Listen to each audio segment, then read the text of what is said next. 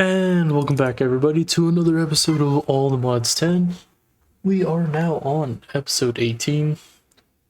And today's episode is to get into Just Dire Things. Our goal is to make the time wand, and we'll see if we'll have enough time during this episode to set this all up. If it does take longer than expected, I might split it into two parts, just so that it's a little more digestible for you guys, but we'll see. So far, I think it might go better than expected. So, to get started into Just Dire Things, we are going to need this Primo Gel goo. And we are also going to need the next tier of each goo all the way to Shadow Pulse goo. The reason for this is because the Shadow Pulse goo is going to be combined together with a budding amethyst to make the budding time crystal block. Not to mention, we also are probably going to need the raw celestigem ore to be able to make these advanced sensors and swappers. Not that one, but yeah. So the way the time crystal works is we first have it here in the overworld world where it will absorb the natural energy, and then it'll hit stage 1, which we gotta send it to the nether to absorb the energy there. It'll hit stage 2, it will go to the end, and there it'll absorb more energy, and then it will start growing time crystals, to which we gotta collect and then have it send it back to the overworld to repeat that cycle. It might not make any sense right now as I'm trying to say it, however, we will be setting it up so that you guys will be able to follow along. So yeah. So, where I am going to start is making some budding amethyst. To get budding amethyst, we either have to collect it from a geode using this cut and paste gadget, or an easier method, once we do have a max level setup, is to enchant it or infuse it. And to get this into a budding amethyst, we are going to need at least 30 but no more than 50% quanta. Arcana, we don't really care because it only requires at least 50. Eterna, at least 60, so we only have to limit the quanta. And just like in previous episodes, the best way of reducing the quanta available is using these melon shells. And just like that, we should be able to infuse it. And so I'm gonna make at least 4, just in case I do mess up the time budding crystals in the future. We'll always have another to spare. So now that we're back, we can start creating this goo. First one is the Primo Gel. Cool thing is, it does not disappear after you use it, so you only need 1 to keep making material from it. I'm gonna be making 2 per each goo, increase the amount of material that we get, which kind of reduces the time. So that means we are gonna need at least 8 of them. And then we're gonna put 2 to the side because that's what we're gonna need for the ferro ore. So next is this one, which we just need a few blaze powder, so we'll just make quite a bit of them, just like that. We have 8. Oop, 1 more. Okay, now we have 6. Put 2 more to the side, put the rest back. Next one is the void shimmer. Thankfully, we only need dragon's breath, it's not infused, so that helps us quite a bit. Once that is done, put the last 2 in, come over here, and we just need some Shadow Pulse, which is made with some Skulk, some Echo Shards, which I use the Hostile Neural Network to duplicate more of these. As for these Skulk Shriekers, I just went back to the ancient city, or kingdom, whatever it's called, and collected a few of these guys. Not to mention, I did take down some wardens as I was collecting them, so kind of helped out just a little bit.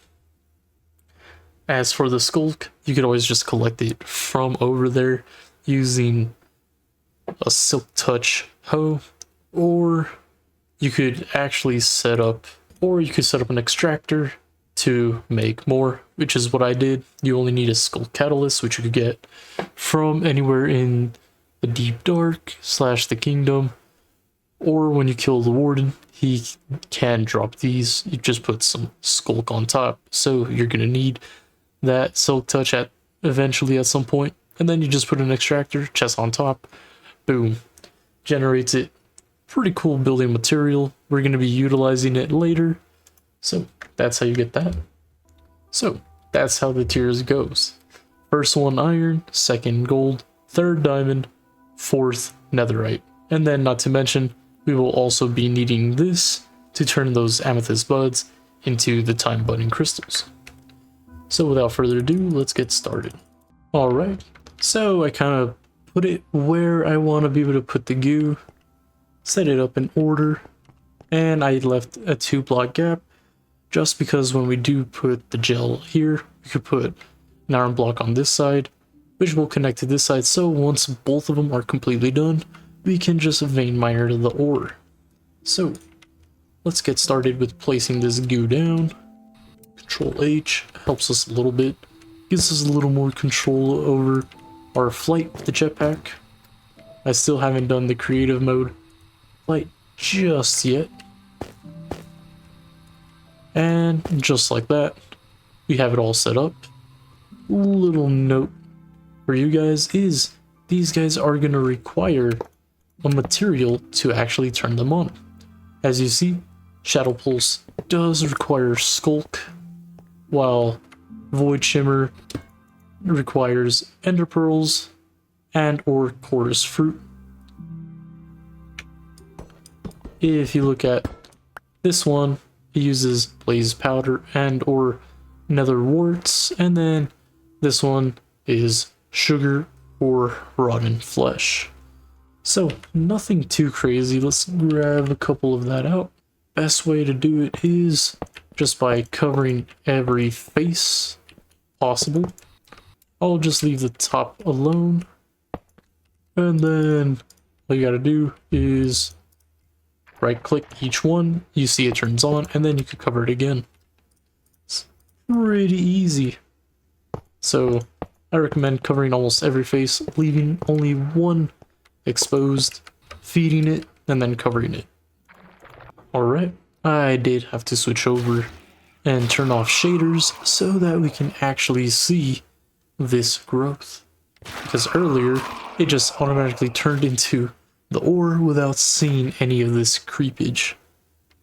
So, just a little FYI if you're curious as to why you are not seeing this progress. So, all we gotta do is come over here and mine all of that. And just like that, you get quite a bit of ore, and we'll just keep redoing this process at least 2 more times. So, when I am done with all that, I will be back. Alright, we are back. I did do a little bit of prep work on where we are going to want these time crystals. So, here at the Shadow Pulse goo, this one's still activated, so we are going to throw these budding amethysts all around just like that. And after a little while, they'll all turn to the time crystal. One thing about it is if you do want to move these, you will need the cut and paste gadget to be able to move it. I am pretty sure you cannot use Silk Touch to collect this at all. So just a little FYI when you are doing this. Let's get to making the machines. Alright, just so I don't bore you guys to death, I will let you know ahead of time what machines you're going to need and how many of what. So, you will need 1 item collector, 3 advanced sensors, and 6 advanced swappers. You will also need 3 energy transmitters, a Celestigem pickaxe, and what I did not make is an advanced block breaker. You're going to be pairing this with the pickaxe to mine the time crystals. The item collector is going to collect it, and we are going to store it in a drawer. And then to provide power to all the machines, we're going to be using the energy transmitter. It will need a power source, in which in that case I will be using the flux points to provide power to everything. Alright, now that you have all the machines, you could basically go ahead and start setting this up. I almost forgot, you are going to need the ferrocore wrench to be able to link the different machines together. And an FYI, you can use the machine settings copier so that you don't have to set each one up correctly. However, there is a slight chance that it does not copy correctly, and so in which case I'm just going to do everything by hand. So to begin, we're going to need a 3x3x3 area, a nice little cube, and to do that I mined out a little area here.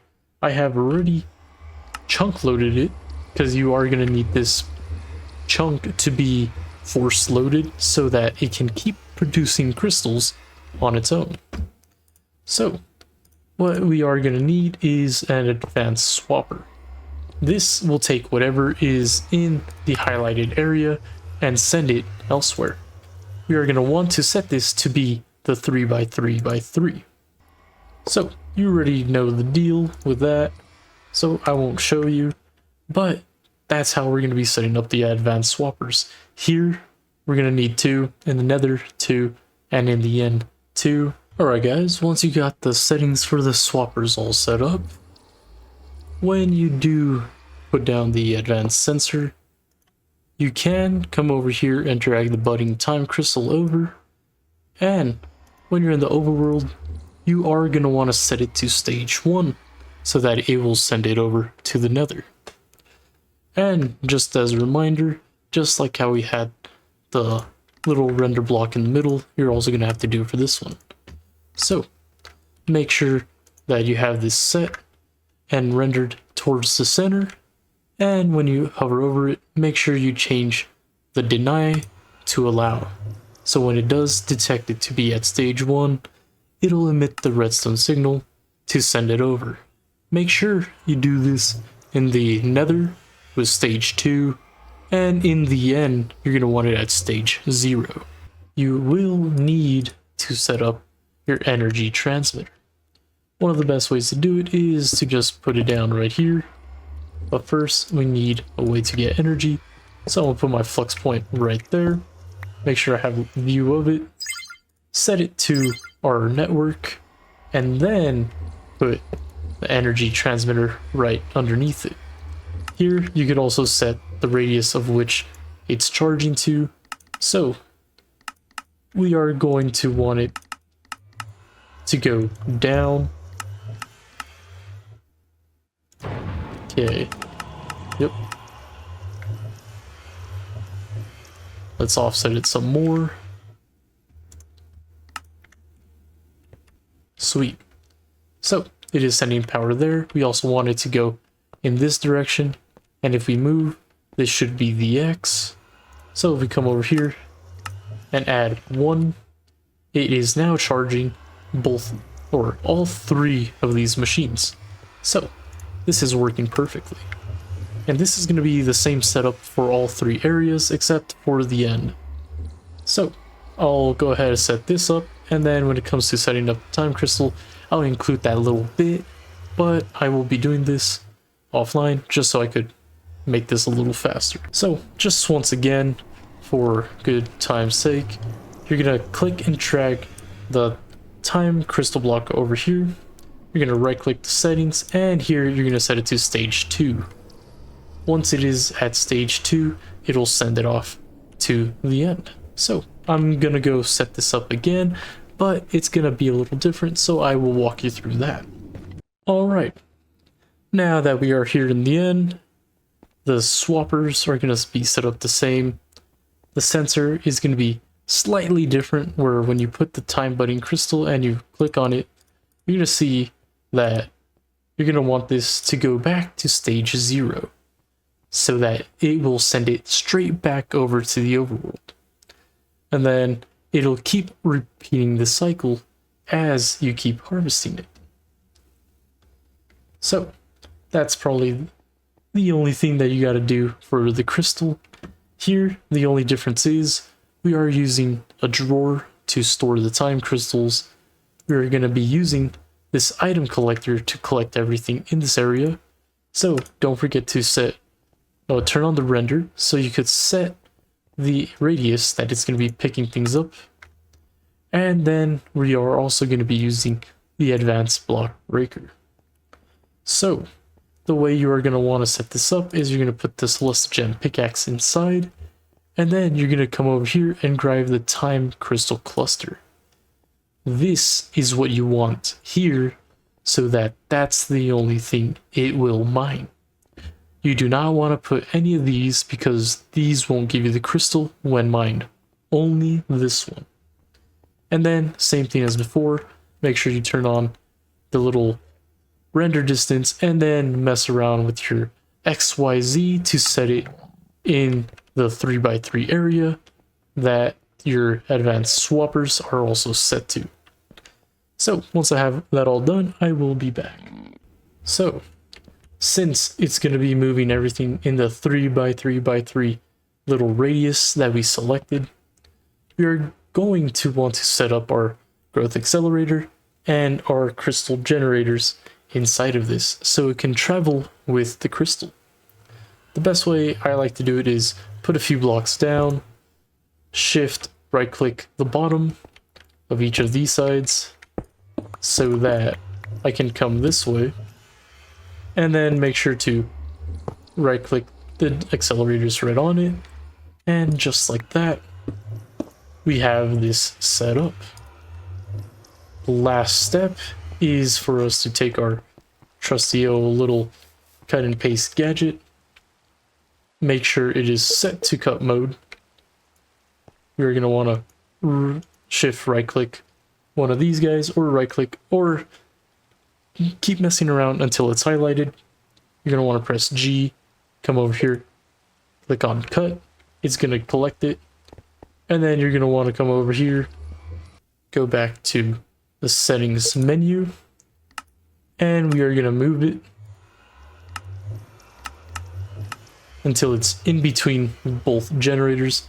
We're going to click confirm, right click is going to place it how we are binding the swappers. So to properly bind them, we are going to want to connect a bottom one to the top one.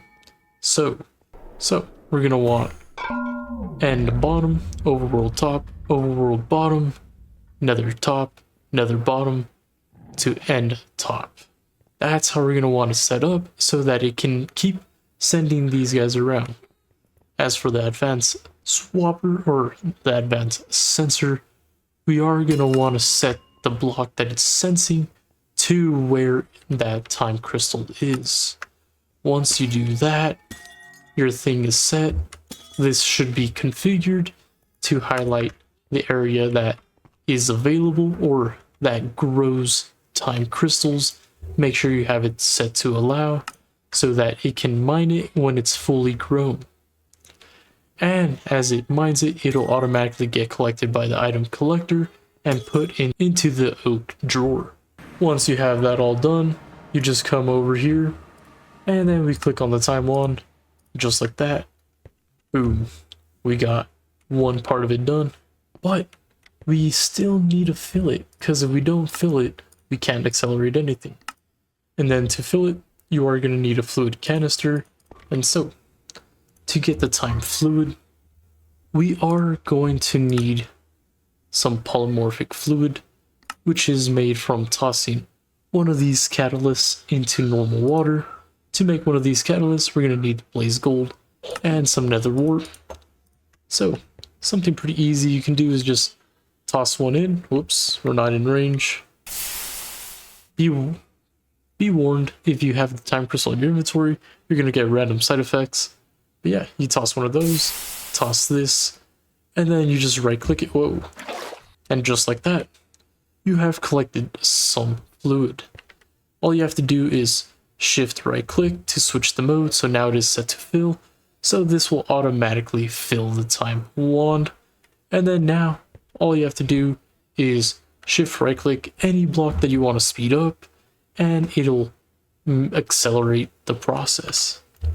So, now that we covered how to make time crystals, make time wand, and time fluid, we have completed our objective.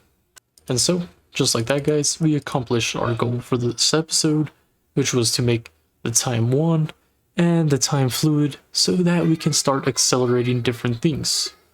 So, if you guys enjoyed the episode, please go down and leave a like. If you have any questions, comments, suggestions, feedback, please leave it down below. Let me know what's going on.